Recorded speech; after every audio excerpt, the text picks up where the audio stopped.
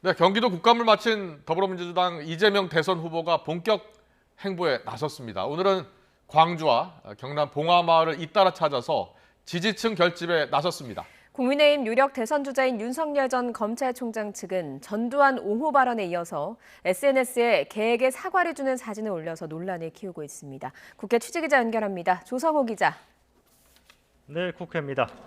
이재명 후보 오늘 광주와 봉화마을을 잇따라 찾았습니다. 대선 주자로서 첫 행보인데 어떤 의미가 있을까요? 네, 말씀하신 것처럼 이재명 후보는 오전에 광주 국립 5.18 민주묘지를 참배한 데 이어 경남 김해 봉화마을을 찾아 고 노무현 전 대통령 묘역을 참배하고 권양숙 여사를 예방했습니다. 앞서 말씀하신 것처럼 경기지사로서 두 차례 국정감사를 마친 뒤 대선 후보로 진행하는 사실상 첫 일정인데요. 민주당의 상징성이 큰 광주와 봉화마을을 출발지로 선택한 건 경선 이후 흩어진 지지층을 다시 모으려는 의지로 읽힙니다. 광주를 찾은 이 후보의 말 들어보시죠. 공정한 세상을 만들자는 생각을 하게 돼서 제 인생을 통째로 바꿨기 때문에 제가 광주는 저의 사회적 삶을 새롭게 시작하게 한 사회적 어머니라고 제가 말씀드리는 것입니다. 동시에 경쟁자였던 이낙연 전 대표와 회동을 추진하면서 원팀을 꾸리기 위한 준비에 나섰는데요. 이 전 대표와 회동, 문재인 대통령과 면담 일정을 협의하면서 경기지사직을 내려놓는 시점도 조율하고 있습니다. 네, 국민의힘 대권 주자인 윤석열 전 총장, 전두환 씨 발언에 대해서 사과한 이후에 또 다른 논란에 휩싸였죠.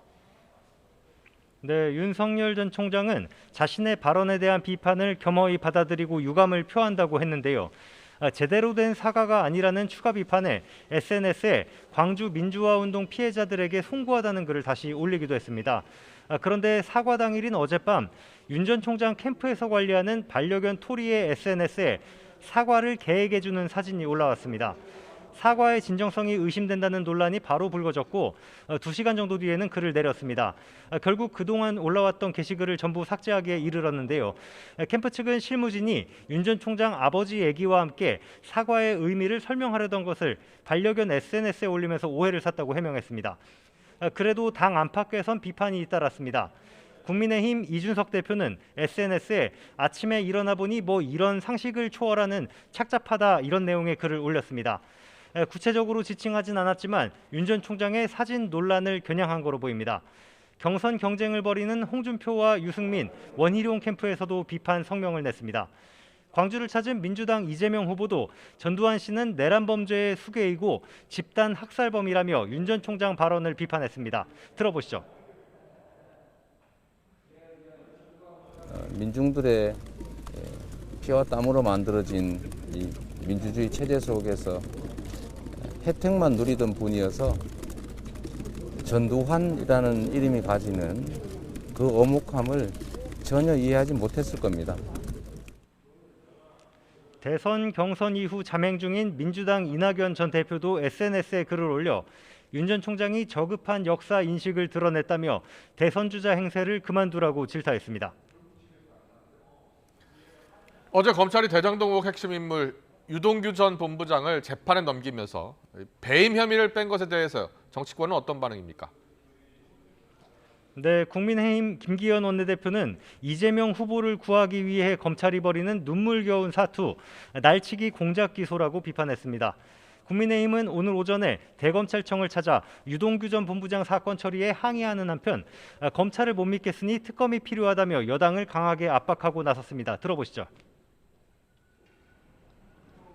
꼬리 자른 다음에 사건을 유야무야 덮어버리려고 하는 시커먼 의도가 노골화되고 있습니다. 실체, 몸통, 그분이 누군지 우리 국민들은 다 알고 있습니다. 정의당 심상정 대선 후보도 YTN 라디오 인터뷰에서 이재명 후보가 의혹을 털고 가는 게 낫지 않겠느냐며 특검 수용을 촉구했습니다. 반면에 민주당은 대장동 의혹은 윤 전 총장의 부실 수사가 초래한 일이라며 역공에 집중했습니다. 윤호중 원내대표 발언입니다. 국감을 달군 대장동 게임 시작은 박영수, 윤석열의 대검 중수부 패밀리였다.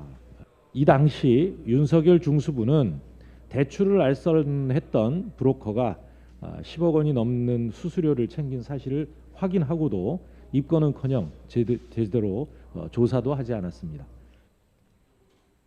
이재명 캠프 측의 민주당 전재수 의원은 CBS 라디오 인터뷰에서 이미 5,500억 원을 성남시 몫으로 확정해서 환수했기 때문에 유 전 본부장의 배임은 성립할 수 없는 죄라고 말했습니다.